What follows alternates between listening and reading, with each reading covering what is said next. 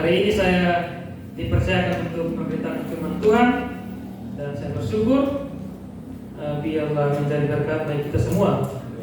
Saya memberikan tema bahagia orang benar. Dan ayat tersuci yang saya pilihkan buat kita semuanya sudah tersedia di slide. Bagi yang lambat untuk cari di Alkitab bisa langsung lihat ke slide saja. Dan kisah yang saya pilihkan sudah sering Bapak Mama saudara semua dengar, yaitu tentang Simeon dan Hana.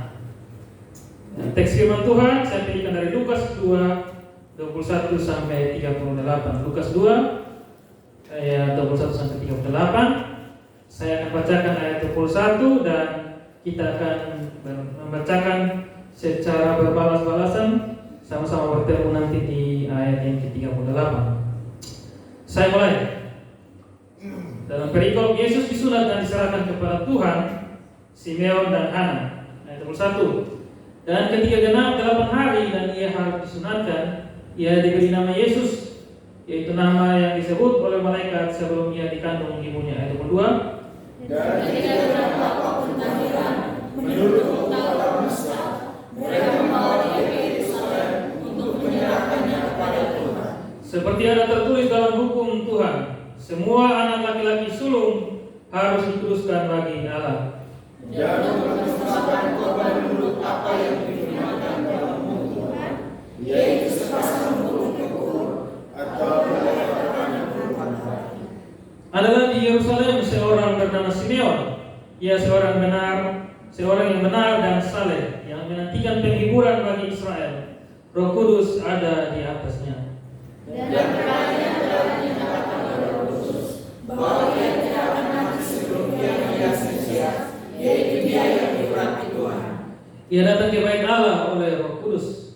Ketika Yesus anak itu dibawa masuk oleh orang tuanya untuk melakukan kepadanya apa yang ditentukan hukum Taurat, ia menyambut anak itu dan menatap bersama memuji Allah kepadanya.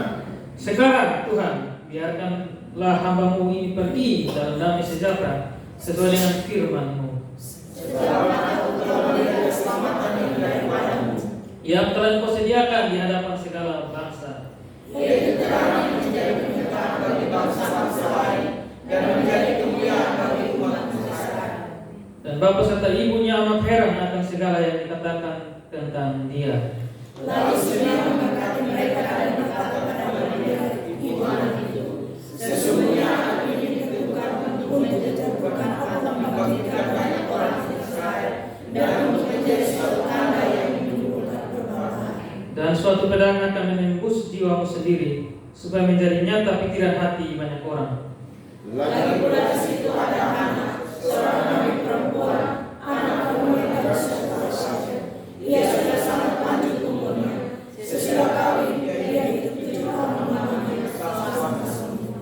Dan sekarang ia janda dan berumur 84 tahun. Ia tidak pernah meninggalkan bait Allah dan siang malam beribadah dengan berpuasa dan berdoa sama-sama. Dan pada ketika itu juga datanglah ia ke situ dan mengucap syukur kepada Allah dan berbicara tentang anak itu kepada semua orang yang menantikan kelepasan anak Yerusalem. Tepuk tangan buat firman Tuhan.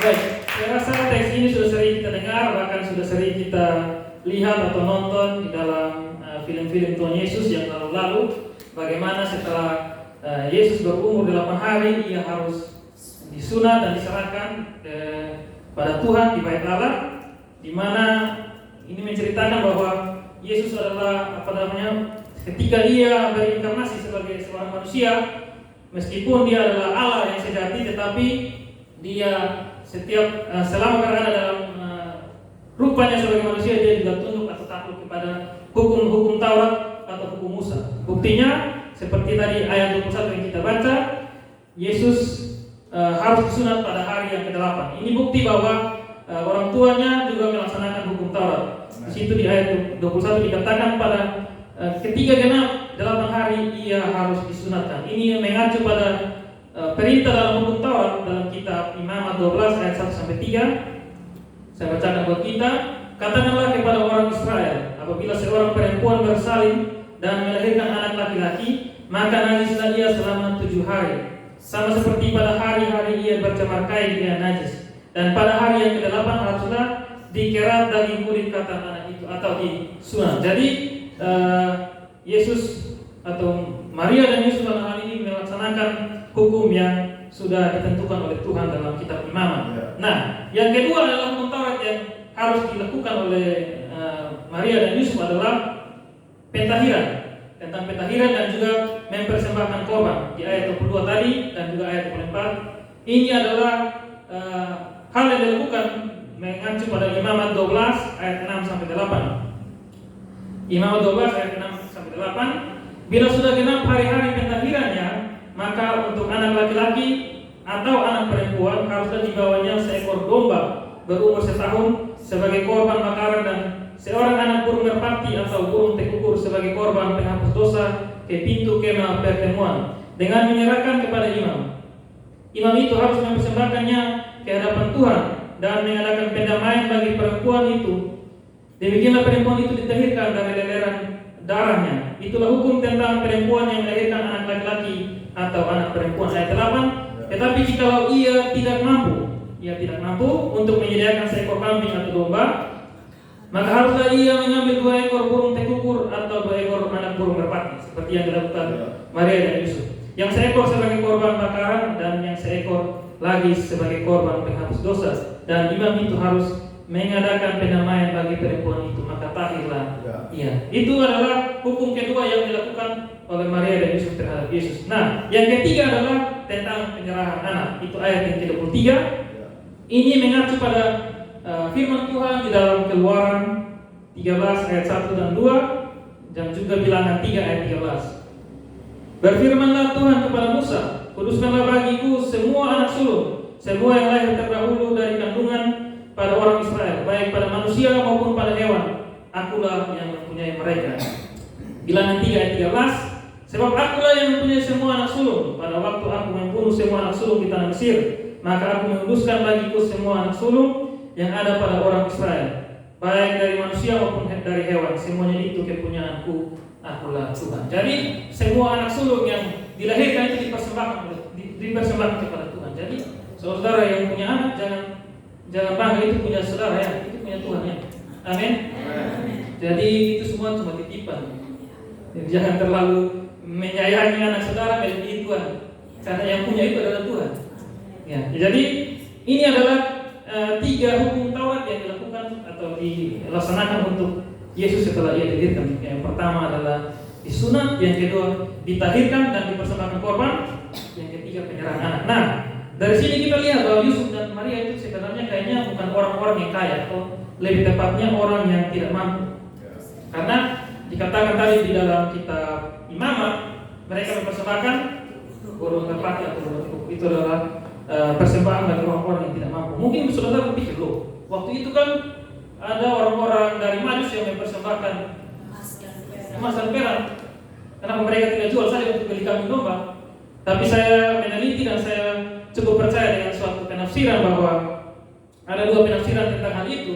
Yang pertama, mungkin saja harta itu atau pemberi itu sudah dijual untuk membayar penginapan, membayar makan minum mereka, dan juga perjalanan mereka ke Yerusalem. Dan yang kedua, atau mungkin saja pada saat itu mereka belum bertemu dengan orang-orang Majus itu. Ini adalah penafsiran yang saya bisa bagikan. Bagaimana kalau saudara ditanyakan kenapa dia tidak pakai harta-harta atau pemberian orang-orang dari Majus. Itu yang pertama, bagaimana Maria dan Yusuf melaksanakan hukum Taurat.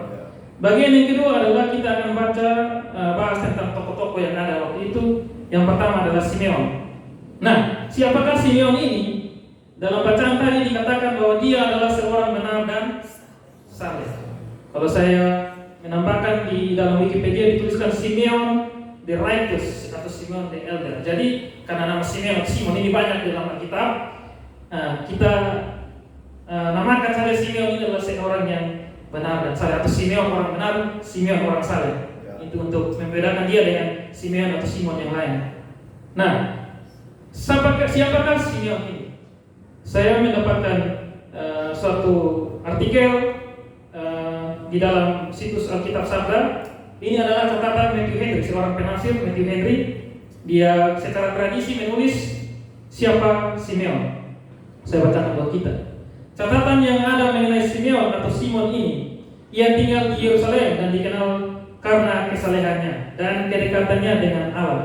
Sejumlah pakar yang akrab dengan para penulis Yahudi menemukan bahwa pada masa itu memang ada seorang yang bernama Simeon, seorang yang terkemuka di Yerusalem yang adalah anak Hilal. Jadi dia punya ayah namanya Hilal, dan yang menjadi orang pertama memperoleh gelar Rabaan, gelar tertinggi yang mereka berikan kepada alim ulama mereka, dan hanya diberikan kepada 7 orang di antara mereka. Ia menggantikan kedudukan ayahnya Hilal sebagai pemimpin sekolah tinggi yang didirikan ayahnya dan juga sebagai pemimpin majelis tahfidz. Nah, dari cerita ini atau tulisan dari Matthew Henry ini menceritakan bahwa Simeon ini dia punya bapak itu namanya Hilal, dan Hilal ini seorang yang terkemuka di Yerusalem, seorang pemimpin sekolah tinggi dan juga pemimpin majelis tahfidz. Jadi Simeon punya bapak ini seorang yang terpandang di alim ulama atau pemuka agama Yahudi. Selanjutnya catatan Matthew Henry. Orang-orang Yahudi mengatakan bahwa ia dikaruniai roh nubuat, ya, seperti tadi kita bacakan ada nubuatan, dan ia digeser dari kedudukannya. Jadi sebenarnya dia ini kan harusnya sebagai seorang anak dari pemimpin terkemuka, dia harusnya menggantikan dia punya bapak, tetapi ia digeser karena ia bersaksi menentang pandangan umum orang-orang Yahudi perihal kerajaan sementara Sang Mesias. Para pakar tersebut menyoroti juga bahwa namanya tidak disebut-sebut dalam kitab Misna atau buku mengenai tradisi-tradisi orang Yahudi, karena ia memiliki pengertian Mesias secara rohani, bukan. Jadi karena dia punya pertentangan secara pemikiran mengenai Mesias ini berbeda dengan orang-orang atau pemuka agama Yahudi yang lain, dia ini digeser atau dilengsarkan seperti itu. Yang berikut dari catatan Matthew Henry, hal lain yang dicatat oleh Henry adalah bahwa putra Simeon ternyata adalah Gamaliel, seorang Farisi. Nah, kalau kita baca kitab ke depan, Gamaliel ini adalah guru dari Rasul Paulus, Kisah Rasul 5 ayat 34. Tetapi seorang Farisi dalam agama itu yang bernama Gamaliel, seorang ahli Taurat yang sangat dihormati.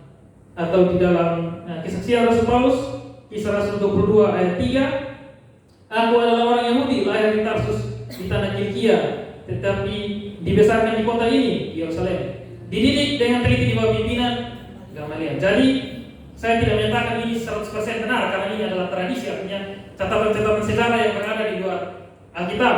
Tetapi jika catatan atau tradisi ini benar, maka seorang rabi yang terkenal terkemuka namanya Hilal, dia punya anak Simeon orang saleh, dan Simeon orang saleh ini punya murid yang menjadi guru Rasul Paulus namanya Gamaliel. Ini fakta-fakta dari Simeon yang saya temukan di luar Alkitab atau secara tradisi. Nah, yang berikut mengenai Simeon adalah yang dijelaskan oleh Alkitab. Yang pertama, ia seorang yang benar dan saleh. Di ayat 25 tadi kita sudah baca. Nah, ini bukan berarti dia ini tidak hidup suci, tidak bernoda dan dosa, ya. Kita bandingkan dengan 2 orang yang dicatat oleh Alkitab adalah Nuh dan Ayub. Ini adalah orang benar dan orang saleh yang pernah dicatat oleh Alkitab. Kejadian 6 ayat 9, inilah riwayat Nuh. Nuh adalah seorang yang benar dan tidak bercela. Jadi Nuh dikatakan orang yang benar dan tidak bercela. Dan juga Ayub. Ada seorang laki-laki di tanah Uz bernama Ayub. Orang itu saleh dan jujur, ia takut akan Allah dan dari kejahatan. Jadi seperti di ayat 1 ayat yang pertama. Jadi 2 orang yang seperti halnya Simeon yang dikatakan benar dan saleh adalah Nuh serta Ayub. Nah, saya akan jelaskan lagi apa maksud dari benar dan saleh itu seperti apa. Kalau kita baca di versi bahasa Indonesia masa kininya ayat 25 itu berkata, pada waktu itu di Yerusalem ada seorang bernama Simeon. Ia orang baik yang takut kepada Allah. Jadi di situ benar itu diartikan baik, dan saleh itu diartikan takut kepada Allah. Jadi dia itu baik, artinya dia punya hidup itu baik, kelakuan dia di masyarakat itu baik, dia punya hubungan antar manusia itu baik, dia berbuat kebaikan, melakukan hal-hal yang positif, membantu orang, dan juga istilahnya dermawan dan sebagainya. Dan takut kepada Allah itu konteksnya adalah secara orang Yahudi berarti dia adalah orang yang taat taat hukum-hukum Taurat orang-orang Yahudi. Jadi dia rajin berdoa, dia mungkin juga rajin berpuasa karena hukum-hukum orang Yahudi sangat begitu banyak, dan juga begitu banyak hal-hal yang dikatakan harus dipenuhi untuk menjadi seorang yang benar-benar taat kepada hukum Taurat orang-orang Yahudi. Jadi dia orang yang baik kepada sesama dan juga hubungannya baik dengan Allah Israel atau Yahweh. Seperti kita zaman-zaman sekarang kan ada orang Kristen yang baik dengan sesama manusia, betul sama. Hubungannya pergaulan yang baik tapi pemalas gereja, pemalas pelayanan, betul betul. Atau ada yang pelayanan di gereja, main musik, berkhotbah, melayani Tuhan, cinta Tuhan luar biasa, bayar persepuluhan, tapi pelit, hubungan dengan sesama tidak baik, sombong, atau tidak mau bergaul dengan orang, tidak mau membantu orang susah. Itu yang kita hadapi dalam kehidupan kita sehari-hari. Tapi dikatakan Simeon ini adalah orang yang baik terhadap sesamanya dan juga orang yang saleh atau takut kepada Tuhan. Jadi hubungannya tidak dengan Tuhan saja, tidak dengan sesama saja, tapi semuanya baik. Gitu. Ya, jadi ini adalah orang benar dan orang saleh. Poin yang kedua atau B adalah yang dikatakan Simeon itu adalah dia menantikan penghiburan atas Israel seperti ayat 25. Apa itu penghiburan? Saya akan jelaskan sedikit. Nah, bangsa Israel ini kan sedang berada di masa kekelaman. Bagaimana mereka ini hidup dalam penindasan. Semenjak mereka dari pembuangan di Babel, terus mereka kembali, meskipun mereka kembali, tapi mereka tidak punya raja yang menguasai atau memimpin mereka. Mereka masih ditindas oleh kerajaan Media dan Persia. Setelah itu ada muncul kerajaan Yunani, dan pada masa Yesus Kristus kerajaan Romawi yang berkuasa pada saat itu, sehingga mereka tidak punya raja. Giliran mereka punya raja, mereka dapat raja model seperti Herodes, yang bukan keturunan Daud, yang lalim dan sangat jahat luar biasa. Bahkan peribadatan mereka di bait suci itu adalah peribadatan yang hanya rutinitas saja, lahiriah saja, tidak sungguh-sungguh benar di hadapan Tuhan. Sehingga mereka ini berada di masa yang disebut kekelaman atau mereka duka cita. Sehingga dalam nubuatan-nubuatan yang ada dalam Yesaya, sebenarnya Tuhan itu sudah menjanjikan penghiburan kepada orang-orang Yerusalem. Itu ada di Yesaya 51 ayat 3 dan 5. Yesaya 51 ayat 3 dan 5, sebab Tuhan menghibur Sion. Ini nubuatan. Menghibur segala reruntuhannya. Dia membuat padang gurunnya seperti taman Eden, dan padang belantaranya seperti taman Tuhan. Di situ terdapat kegirangan dan sukacita. Mereka belum mendapatkan itu. Nyanyian syukur dan lagu yang nyaring. Ayat 5. Dalam sekejap mata keselamatan yang daripadaku akan dekat. Kelepasan yang kuberikan akan tiba. Dan dengan tangan kekuasaanku aku akan memerintah bangsa-bangsa. Kepada pulau-pulau menanti-nanti perbuatan tanganku mereka harapkan. Jadi Tuhan sudah menjanjikan pada masa atau zaman Nabi Yesaya sebuah penghiburan kepada orang Israel atau orang Yahudi. Ini yang dinantikan oleh Simeon. Nah, rupanya seperti tadi kita sudah singgung dalam catatan dari Matthew Henry, orang-orang Yahudi ini menafsirkan bahwa ayat ini adalah Tuhan yang akan tiba saatnya Allah itu menghibur Israel dengan melepaskan dari bangsa jajahan. Jadi kemerdekaan secara jasmani, secara negara mereka, serta mereka akan menguasai bangsa-bangsa dunia. Jadi bukan mereka merdeka saja, mereka dari Romawi, tapi mereka juga akan menguasai bangsa-bangsa dunia. Nah, raja atau orang yang akan datang ini yang mereka percaya sebagai Mesias atau Kristus bahasa Yunaninya, atau artinya yang diurapi. Jadi ketika mereka menantikan penghiburan dari seorang ini, yang mereka harapkan ini adalah Mesias, tetapi Mesias secara jasmani atau melepaskan mereka dari tangan penjajahan. Tetapi minoritas orang-orang berpikir bahwa penghiburan atau kelepasan dan menguasai bangsa-bangsa dari ayat yang tadi kita baca di Yesaya ini adalah bersifat rohani. Artinya melepaskan Israel itu dari dosa, dan kelepasan itu adalah bangsa-bangsa lain juga merasakan keselamatan seperti yang dirasakan oleh Israel. Jadi bukan penjajahan oleh bangsa Romawi. Dan rupanya Simeon dia tergolong kepada orang-orang yang minoritas. Wajar saja kalau dia itu diusirkan dari pergaulan antar imam-imam atau pemuka agama Yahudi saat itu. Ini yang kedua. Jadi saya kasih note di sini ya. Jadi orang yang benar itu orang yang menantikan penghiburan atau pemulihan daripada Tuhan kepada bangsanya, kepada mungkin agamanya, kepada gerejanya. Orang yang benar itu orang yang hatinya itu menantikan pemulihan itu. Jadi ada pembaharuan dari Tuhan. Apakah kita termasuk orang-orang yang sering mendoakan pemulihan diri kita? Bukan secara jasmani saja, tapi secara rohani.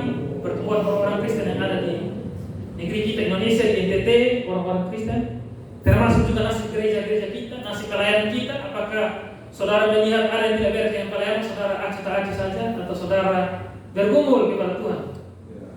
Gereja kita belum punya gedung sampai saat ini. Apakah saudara juga terbebani dengan hal itu, saya mendoakan dalam setiap doa saudara? Apakah saudara juga mengumuli hal-hal rohani yang ada dalam gereja ini? Itu adalah hal yang bisa dipetik dari Simeon, bagaimana dia itu sangat merindukan pemulihan daripada Tuhan. Ini yang patut kita renungkan bersama-sama.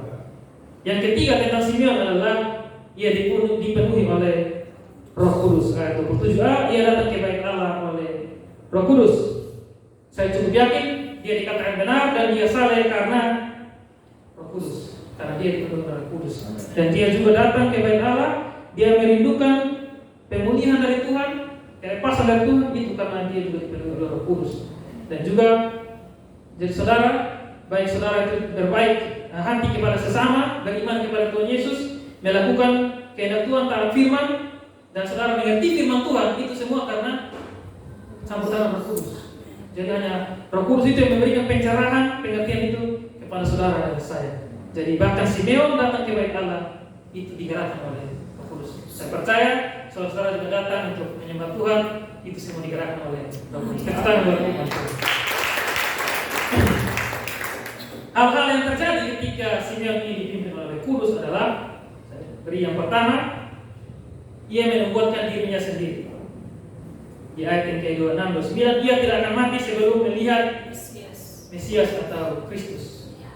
Ia menubuatkan dirinya sendiri. Ayat 26, dan kebanyakan telah dinyatakan oleh Roh Kudus bahwa ia tidak akan mati sebelum dia melihat Mesias, yaitu dia yang diurapi Tuhan. 29, sekarang Tuhan biarkanlah hamba-Mu ini pergi dalam damai sejahtera sesuai firman. Jadi ketika dia dipenuhi dengan Roh Kudus, Roh Kudus itu memberikan pencerahan bukan pada saat itu saja, tapi dia bisa melihat masa depan buat dirinya sendiri. Bahkan dia waktu bertemu dengan Yesus, dia langsung kenal ini dia Mesias, karena Roh Kudus yang memberikan pencerahan itu. Jadi begitu banyak orang yang ada di bait Allah, tapi cuma Simeon juga ya, salah satu yang melihat bayi Yesus waktu itu, dalam keadaan bayi dia sudah tahu dia adalah Mesias. Ini karena pencerahan dari Kudus, dan juga dia percaya setelah ini firman itu digenapi bahwa dia itu sebelum melihat Yesus atau Mesias dia akan mati. Dia tidak akan mati. Makanya setelah ini dia sudah yakin pasti dia setelah ini dia akan mati atau pergi. Yang kedua yang terjadi ketika dia dipimpin oleh Roh Kudus adalah ia mengenal dan menyambut Yesus dan memuji Allah. Ayat 28. Ia menyambut anak itu dan menatapnya sambil memuji Allah. Jadi luar biasa ya. Jadi ketika Roh itu ada, dia lihat Yesus saja dalam keadaan bayi saja dia sudah mengerti, oh ini Mesias itu. Belum siapa yang lihat bayi saja sudah bingung, bayi kayaknya berkarisma. Itu kayaknya saudara perlu diurapi luar biasa. Kayaknya calon hamba Tuhan luar biasa. Kayaknya cuma orang tertentu yang dicerahkan oleh Roh Kudus yang bisa mengerti. Bahkan dia menyambut dan dia menatang, dia mengangkat dan dia memuji. Dia tidak lupa untuk memuji Allah. Yang ketiga yang terjadi ketika dia dipimpin oleh Roh Kudus, ia juga bernubuat tentang Yesus. Ayat 30 sampai 32. Sebab mataku telah melihat keselamatan yang daripada. Jadi dia mengatakan bahwa Yesus ini adalah keselamatan yang sudah disiapkan oleh Allah Bapa. Dari nubuatan-nubuatan yang selama perjanjian lama, semenjak nabi-nabi Musa dan sebagainya, Yesaya, nabi-nabi Mika, Hosea dan sebagainya sudah menubuatkan seorang Mesias. Dan dia sudah percaya dengan berkata, mataku telah melihat keselamatan yang telah engkau sediakan Dia tidak bilang Israel saya, tapi dia bilang segala bangsa. Dia penubuatan itu terjadi saat ini. Karena memang Tuhan Allah Bapa Yahweh ini yang menyediakan keselamatan itu. Jadi keselamatan itu disediakan oleh Tuhan, bukan kita yang cari. Jangan kita pergi cari berbuat baik, membantu orang. Tetapi saudara harus mengerti bahwa dalam kekristenan keselamatan itu Tuhan yang sediakan, bukan kita yang cari. Dan itu gratis. Saudara-saudara di sini ada yang masuk Kristen bayar uang ke pendeta atau hamba Tuhan? Kan tidak kan? Entah saudara itu dari kecil sudah Kristen atau besar saudara memilih untuk menjadi orang Kristen, itu kan saudara tidak bayar untuk masuk agama Kristen. Itu artinya gratis. Intinya saudara datang mengakui Yesus sebagai Tuhan dan Juru Selamat dan Mesias saudara, maka saudara akan diselamatkan. Ayat 32, yaitu terang yang menjadi pernyataan bagi bangsa-bangsa lain dan menjadi kemuliaan bagi umat Israel. Jadi dia sudah menyatakan bahwa Yesus ini adalah terang bagi bangsa-bangsa, bukan hanya Israel, tapi semua bangsa termasuk kita di Indonesia. Bahkan seluruh dunia akan mengakui Yesus Kristus adalah Tuhan dan Juru Selamat. Itu adalah nubuat dari Simeon kepada Yesus. Yang keempat, dia masih bernubuat kepada Maria.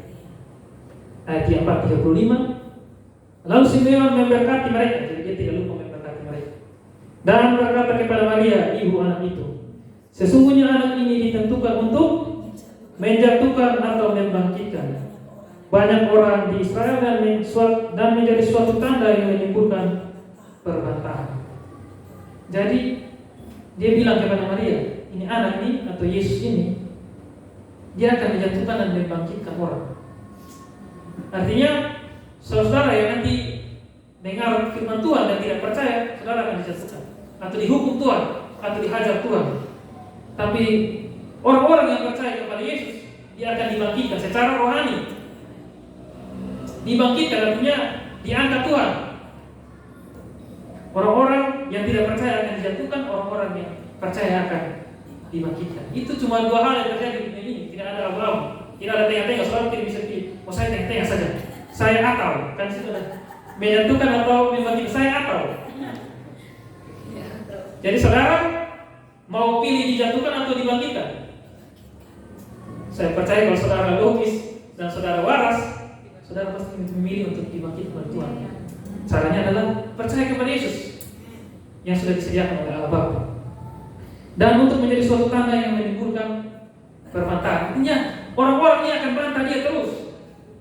Saudara-saudara lihat, kalau kita pelajari kitab suci, Injil-Injil yang ditulis, Yesus akan bertemu dengan orang-orang yang selalu menentang dia, melawan dia, membantah setiap perkataan yang dia ucapkan. Setiap pengajaran yang dia keluarkan, orang-orang akan membantah dia. Bilang dia orang Samaria, orang yang kerasukan setan. Mereka menyatakan dia adalah penyesat dan sebagainya. Orang-orang Yahudi atau orang-orang ahli-ahli Taurat waktu itu menyatakan Yesus itu adalah penyesat. Bahkan dia selalu dibantah oleh mereka. Bahkan sampai saat ini perbantahan itu masih terjadi. Orang-orang di luar Kristen ataupun di dalam Kristen selalu istilahnya ribut satu sama lain, membantah Yesus adalah Tuhan atau bukan. Jadi nubuatan dari Simeon itu bukan terjadi pada zaman Yesus hidup saja. Sampai saat ini, bahkan sampai nanti Tuhan datang, saya percaya perbantahan itu akan terjadi. Jadi ketika kita menyampaikan firman Tuhan dan ada orang yang bantah, saudara tidak usah kaget, ya, karena itu sudah dinubuatkan Tuhan melalui Simeon. Ayat 35, dan suatu pedang akan menembus jiwamu sendiri supaya menjadi nyata pikiran hati dan orang. Ini dikatakan kepada Maria supaya Maria bersiap-siap. Kenapa dia tidak katakan kepada Yusuf? Sepertinya Yusuf ini mati muda. Maksudnya mati sebelum Yesus itu mati di salib. Makanya saudara kalau baca Alkitab, ketika Yesus disalib itu cuma ada Maria saja. Jadi sepertinya Yesus ini, Yusuf ini ayahnya ini mati sebelum Yesus itu disalib. Makanya dikatakan di situ kepada Maria, apa artinya pedang akan menembus jiwa? Artinya Maria ini akan mengalami suatu cobaan dan juga siksaan yang sangat berat. Artinya secara jiwa dia akan melihat Yesus ini menderita dan mati. Kata pedang di situ saya kemarin teliti dia punya bahasa Yunani yang dipakai itu sama dengan pedang yang dibawa oleh Goliat ketika berperang melawan Daud. Jadi bahasa Ibrani Alkitab Perjanjian Lama diterjemahkan ke dalam bahasa Yunani atau kitab Septuaginta, dia punya pedang yang dipakai itu sama dengan pedang yang dikatakan oleh Simeon. Jadi otomatis Gideon Goliat, orang yang pahlawan yang begitu besar, tidak mungkin bawa pisau begini atau pedang yang begini. Otomatis pedang yang sangat besar yang menikam jiwa dari Maria, artinya dia akan mengalami penderitaan secara jiwa dia. Jadi ini dikatakan kepada Simeon, dari Simeon kepada Maria untuk Maria ini bersiap-siap. Itu adalah nubuatan. Jadi dia bernubuat kepada Yesus, kepada dirinya sendiri, dan juga kepada Maria. Dan semua nubuatan itu terjadi. Tidak ada yang meleset. Amin. Nubuatan itu semua terjadi. Tidak ada yang meleset. Nah, tokoh yang kedua atau bagian ketiga adalah Hana. Siapakah Hana ini? Dia cuma ditulis beberapa ayat saja, tetapi yang saya ringkas buat kita adalah sepanjang ayat 36 dan 37. Dia adalah nabiah atau nabi perempuan. Nah, nabi seorang nabi itu apa? Nabi ini adalah orang-orang yang dipilih Tuhan untuk memberitakan firman atau perintah Tuhan. Jadi seperti Perjanjian Lama ada orang-orang khusus yang Tuhan perintahkan dia untuk pergi memberitakan firman atau perintah Tuhan, teguran daripada Tuhan kepada orang-orang yang ditujukan seperti bangsa Israel. Atau kita ingat ketika Daud jatuh dengan Betseba, Tuhan memberitahukan kepada Nabi Nathan untuk menegur Daud. Ini adalah nabi atau kata Pak Stephen Tong adalah nabi itu adalah perpanjangan lidah Allah kepada umatnya. Nah, saya percaya tidak dikatakan di dalam kitab, tapi seorang nabi pasti juga dia adalah orang yang diurapi oleh Roh Kudus. Jadi itu yang pertama, dia adalah seorang nabi yang dikatakan juga dia anak Fenuel, ayahnya dari suku Aser. Yang ketiga dia lanjut umurnya. Jadi sudah tua ya. Tadi Simeon kira-kira muda atau tua? Kalau gambarannya dia masih tua juga. Dia sudah lanjut umurnya juga. Dan dia janda berusia 84 tahun. Dan dikatakan usia dia hanya menikah usia hanya 7 tahun hidup bersama suaminya. Entah suaminya mati atau bercerai atau meninggalkan dia, tidak dikatakan. Tetapi dikatakan di situ dia menikah hanya hidup 7 tahun dengan suaminya. Jadi kalau kita hitung-hitung, dia berumur 84 tahun. Orang-orang Yahudi atau orang Islam dikatakan dewasa itu di atas umur 18 tahun. Ya, kita hitung bersih dia nikah umur 20. Hitung bersih atau kotor itu 7 tahun bersama suaminya, 27 tahun. Ya, kasarnya 30. Sejak umur 30 dia sudah hidup menjanda. Jadi dia janda sekitar berapa tahun? 50 tahun. Ada di sini kuat kira janda 50 tahun? Saya percaya kayaknya suami 5-6 tahun sudah lewat. Ya Tuhan, kalau Tuhan berkehendak, Tuhan kirim. Jadi itu Bapak bilang, kayak laki-laki lebih parah. Laki-laki kayaknya yang 42 hari sudah ada kencingan baru.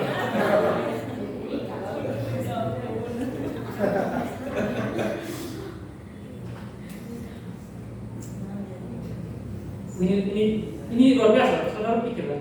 Seorang yang menjanda sekitar 30 tahun, hidupnya seperti apa? Pasti berat. Apalagi orang-orang Israel menganggap perempuan dan janda itu sebagai orang-orang lemah, orang-orang kelas bawah, bukan orang-orang yang utama. Sehingga dikatakan dia tuh tinggal di bait Allah. Sepertinya mungkin dia benar-benar tinggal di bait Allah karena dia tidak punya rumah. Atau mungkin dia hidup atau tinggal dalam pembiayaan orang-orang di bait Allah atau di pelataran bait Allah. Dia tidak pernah meninggalkan bait Allah. Jadi selalu setia siang malam beribadah, berpuasa dan berdoa. Siang malam selalu berpuasa dan berdoa. Kita saja 1 minggu 1 kali saja kadang Tuhan jam 10 baru Tuhan jam malam tuh. Kita ini masih bisa kalau asal lama sana ya. Karena kita kan kompromi tuh. Wah Tuhan ini kalau Sunday kayaknya saya terpecah tuh di tempat kerja atau di sekolah atau di tempat kuliah. Tapi Hana, seorang yang sudah tua loh, 84 tahun, dia malah sering berpuasa dan berdoa kepada Tuhan. Saya ketika baca firman Tuhan ini saya merasa malu, karena saya tidak bisa. Saya tidak bisa untuk berpuasa itu setiap hari. Saya percaya kita semua juga tidak bisa. Tetapi dikatakan dia siang malam beribadah, berpuasa dan juga berdoa. Nah, itu tentang Hana. Dan juga respon dia ketika dia bertemu dengan Yesus ayat 38. Yang pertama, dia datang kepada Yesus. Yang kedua, ia mengucap syukur kepada Allah, kepada Yahweh. Yang ketiga, dia tidak diam saja, tapi dia berbicara tentang Yesus kepada semua orang yang menantikan kelepasan untuk Yerusalem. Jadi dia punya pemahaman dengan Simeon ini sama. Yesus ini atau Mesias ini adalah masih Mesias secara rohani atau kelepasan umat-umat Israel dari dosa. Saya berikan kesimpulan atau persamaan antara Simeon dan Hana. Yang pertama, mereka sama-sama berusia tua atau lanjut umurnya. Yang kedua, sama-sama orang yang taat kepada Allah. Satunya sering berada dalam bait Allah. Yang saya percaya juga Simeon sebagai seorang yang dipenuhi oleh Roh Kudus, dia taat dengan berbuat baik kepada sesama dan juga kepada Tuhan. Yang ketiga, sama-sama dipimpin oleh Roh Kudus. Yang keempat, sama-sama mengenal Yesus sebagai Mesias bahkan ketika Yesus masih bayi yang berumur 8 hari. Yang kelima, sama-sama merespon saat bertemu dengan Yesus. Simeon menyambut dan memuji Allah. Simeon bernubuat dan memberkati. Hana mengucap syukur kepada Allah. Hana bersaksi kepada semua orang. Yang keenam, persamaan mereka adalah sama-sama yakin Mesias itu bersifat rohani, bukan jasmani. Ini tentang Simeon dan Hana. Saudara, saya akan bagikan pelajaran rohani bagaimana atau orang-orang yang benar yang berbahagia itu seperti apa. Yang pertama adalah orang yang taat melakukan perintah Tuhan tanpa alasan. Mereka tidak punya alasan untuk melakukan perintah Tuhan. Kita ingat tadi saya singgung sedikit meskipun tidak secara detail Yusuf dan Maria. Meskipun mereka adalah orang-orang miskin, orang-orang yang tidak mampu, apakah kemiskinan mereka membuat mereka lalai untuk melakukan perintah Tuhan? Tidak. Mereka yang sudah jelas-jelas dipilih oleh Tuhan sebagai orang yang akan dilahirkan Mesias. Tapi apakah mereka acuh tak acuh? Mereka tetap melakukan hukum-hukum Tuhan. Jadi orang tidak punya alasan untuk melakukan perintah Tuhan. Simeon, Hana, mereka sudah tua? Iya. Tapi apakah umur mereka menghalangi mereka untuk melakukan perintah Tuhan? Tidak. Simeon yang digeser oleh kedudukannya sebagai seorang pemuka yang terkenal di agama Yahudi, apakah dia sakit hati dan meninggalkan Tuhan? Tidak. Dia tetap dipenuhi Roh Kudus dan juga menjadi orang yang benar dan orang yang saleh. Hana seorang janda, hidup tanpa suami, hidup susah, hanya tinggal di bait Allah, bahkan dia tidak punya rumah. Apakah itu menghambat dia? Tidak. Apakah itu semua menghambat mereka untuk melakukan perintah Tuhan? Tidak. Kemiskinan, usia, kedudukan, penderitaan sebagai seorang janda tidak menghalangi orang-orang benar ini untuk berbahagia dan juga menantikan penghiburan dari Tuhan. Jadi saudara ingat ya, kita harus memperhatikan bahwa untuk taat kepada firman Tuhan kita jangan cari-cari alasan. Kita punya alasan. Tuhan saya ini ada penyakit, atau saya punya beban banyak, atau saya punya tanggungan banyak, saya mau kasih persepuluhan tapi bagaimana ini Tuhan, saya punya anak belum beli susu, belum beli pampers, repot ini. Saudara ada yang pernah kan untuk tidak melakukan perintah Tuhan karena alasan-alasan tertentu? Saya yakin kita semua percaya. Saya percaya kita semua pernah. Atau saudara yang mungkin mau datang ibadah tetapi takut untuk ada cobaan atau ada halangan, ada rintangan dari lingkungan saudara yang menghambat saudara. Saya percaya semua masalah atau sebuah hambatan itu dalam negeri Tuhan itu selalu ada. Tetapi orang yang bahagia atau orang yang benar adalah orang yang taat kepada firman Tuhan tanpa alasan. Tanpa alasan. Saya baca firman Tuhan yang sudah kita sering dengar, Mazmur 1 ayat 1 sampai 2. Orang yang berbahagia. Berbahagialah orang yang tidak berjalan menurut nasihat orang fasik, yang tidak berdiri di jalan orang berdosa, dan yang tidak duduk dalam kumpulan pencemooh, tetapi yang kesukaannya Ialah Taurat Tuhan, dan yang merenungkan Taurat itu siang dan malam. Jadi yang taat kepada firman Tuhan tuh mereka berbahagia. Ya, terusan. Saudara kalau taat kepada firman Tuhan, kira-kira saudara saja yang berbahagia. Masing-masing sendiri yang tahu, masing-masing sendiri yang rasa. Kalau saudara pernah mengalami hal itu, mari kita mencontohi mereka yang taat kepada firman Tuhan tanpa alasan. Bahkan mereka sangat luar biasa sehingga mereka melihat Yesus itu, mereka percaya. Matius 5 ayat 8, Yesus pernah berkata, berbahagialah orang yang suci hatinya, karena mereka akan suci hatinya, artinya mereka yang taat, mereka yang percaya kepada Tuhan, dan mereka melakukan kehendak Tuhan. Itulah suci hatinya. Mereka akan melihat Allah. Mazmur 65 ayat 5, berbahagialah orang yang kau pilih dan yang kau suruh mendekat untuk diam di pelataran, seperti halnya Simeon dan Hana. Kiranya kami kenyang dengan segala yang baik di rumahmu, di baitmu yang kudus. Mazmur 25 ayat 12 dan 14. Siapakah orang yang takut akan Tuhan? Kepadanya Tuhan menunjukkan jalan yang harus dipilihnya. Orang itu sendiri akan menetap dalam kebahagiaan, dan anak cucunya akan mewarisi bumi. Tuhan bergaul karib dengan orang yang takut akan Dia, dan perjanjiannya diberitahukannya kepadanya. Makanya Simeon, dia punya masa depan itu Tuhan sudah kasih tahu. Kan dia bergaul karib dengan Tuhan. Hana, meskipun dia ada begitu banyak cobaan dan juga hambatan, dia tidak melepaskan Tuhan, bahkan tetap berada di dalam hadirat Tuhan. Bahkan dia menjadi orang yang diberkati oleh Tuhan. Itu yang pertama buat kita, mereka melakukan perintah Tuhan tanpa alasan. Yang kedua, pelajaran rohani adalah bahagia orang benar adalah orang yang melihat Yesus. Saya itu kasih tanda merah untuk melihat. Jadi ada begitu banyak orang yang ada di bait Allah, tapi mereka melihat Yesus itu hanya seorang bayi biasa. Anak kecil yang mungkin baru lahir, zaman sekarang bilang bocil kayaknya. Zaman sekarang oh iya ini dong babi bayi suci, anak di sebelah kayaknya. Orang yang begitu banyak, hanya 2 orang saja yang bisa melihat Yesus dan percaya Dia Mesias. Itu tidak lepas dari campur tangan Roh Kudus dan pemilihan daripada Tuhan. Jadi mereka bisa melihat Yesus dan percaya Ia Mesias secara rohani. Zaman sekarang orang melihat Yesus sebagai apa? Orang-orang tetangga-tetangga saudara kita yang agama seberang melihat Yesus sebagai nabi. Orang-orang Yahudi melihat Yesus sebagai guru, sebagai rabi yang baik. Orang-orang dari seksi Yehova mengatakan Yesus adalah penghulu malaikat. Tetapi hanya orang Kristen saja yang melihat Yesus dan percaya bahwa Dia adalah Mesias, Dia adalah Tuhan, dan Dia adalah Allah.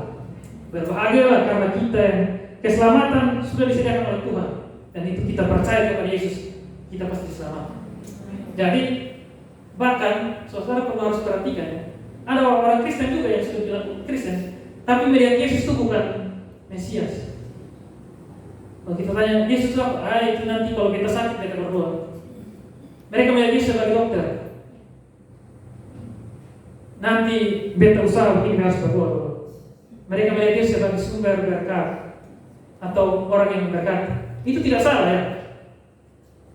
Tapi yang utama adalah Yesus itu adalah Tuhan dan Juru Selamat. Karena Dia Tuhan, Dia Juru Selamat, Dia bisa menyembuhkan, Dia bisa memberkati. Tapi ada orang-orang saat ini yang hanya cari Yesus untuk enaknya saja. Ketika ada masalah, mereka cari hamba Tuhan berdoa. Tapi tidak ada masalah, mereka lepas tangan, mereka tidak datang gereja. Ini patut diperhatikan ya. Apakah saudara melihat Yesus sebagai Tuhan, sebagai Juru Selamat, atau sebagai seorang yang lain? Ini patut juga kita perhatikan sama-sama. Hal ini dicurahkan oleh Roh Kudus kepada mereka, dan juga dikatakan dalam Matius 16 ayat 17 ketika Simon Petrus mengatakan Yesus itu adalah Mesias. Kata Yesus kepadanya, berbahagialah engkau Simon bin Yunus, sebab bukan manusia yang menyatakan itu kepadamu, melainkan Bapa-Ku yang di surga. Jadi ketika Simon mengakui Yesus sebagai Mesias, Tuhan Yesus bilang, berbahagia. Jadi ketika saudara percaya Yesus, melihat Yesus sebagai seorang Mesias, sebagai Tuhan dan Allah, saudara harus berbahagia. Karena tidak semua orang seperti itu. Bahkan di luar sana ada orang yang memaki Yesus, mengejek Yesus, merendahkan Yesus.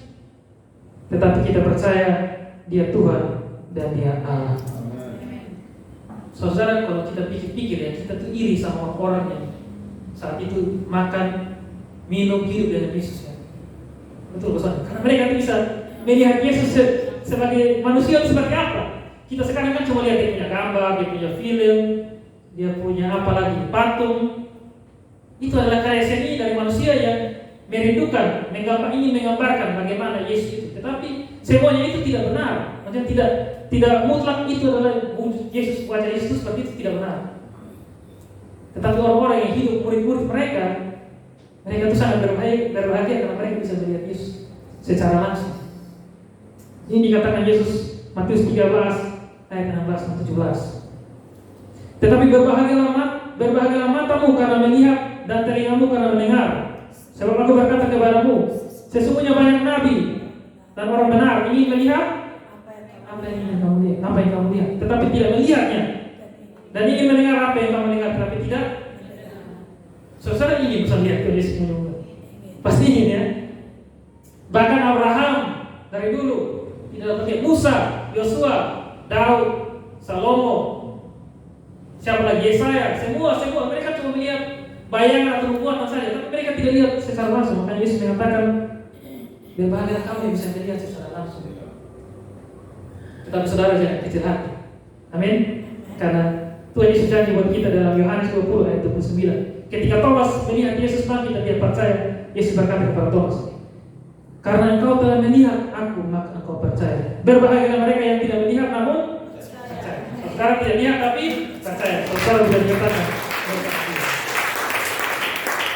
Jadi ingat ya, kita meskipun tidak melihat Yesus secara fisik, tetapi kita melihat dan percaya bahwa Yesus itu adalah juru selamat. Dia adalah keselamatan yang sudah disediakan oleh Allah Bapa kepada kita. Maka berbahagia. Orang-orang Kristen di luar sana, banyak orang Kristen KTP yang tidak mengenal Yesus secara langsung. Bahkan saudara tanya mungkin silsilah Yesus saja mereka tidak tahu. Kenapa Yesus dikatakan Mesias saja mungkin mereka tidak tahu. Kenapa Yesus dikatakan anak Daud saja mereka tidak tahu. Kenapa Yesus dikatakan anak manusia saja mereka tidak tahu. Kenapa Yesus dikatakan anak Allah saja? Saudara tanya sama orang-orang Kristen semua pasti mereka tidak tahu. Tidak semua. Makanya saudara sudah mengerti, saudara harus berbahagia. Itu yang kedua. Dan yang ketiga atau yang terakhir, orang yang berbahagia adalah orang yang memperkatakan firman Tuhan. Simeon tadi kita lihat dia memuji Allah, dia bernubuat, bahkan dengan firman Tuhan yang dia nubuatkan tidak ada yang tidak digenapi. Semua firman Tuhan dari hamba Tuhan yang sejati dari Tuhan itu pasti terjadi. Hana mengucap syukur, bahkan dia tidak diam saja, tapi dia menceritakan kebaikan Tuhan itu kepada orang banyak. Padahal waktu itu orang-orang menganggap perempuan itu tidak penting. Makanya orang Kristen bertanya, kenapa Allah Bapa itu tidak utus Yesus sebagai perempuan saja? Kenapa harus laki-laki? Ya karena pada masa itu kebudayaan perempuan itu tidak dianggap atau tidak dihargai, tidak bisa berbicara di depan umum sebagai pengajar, sebagai guru.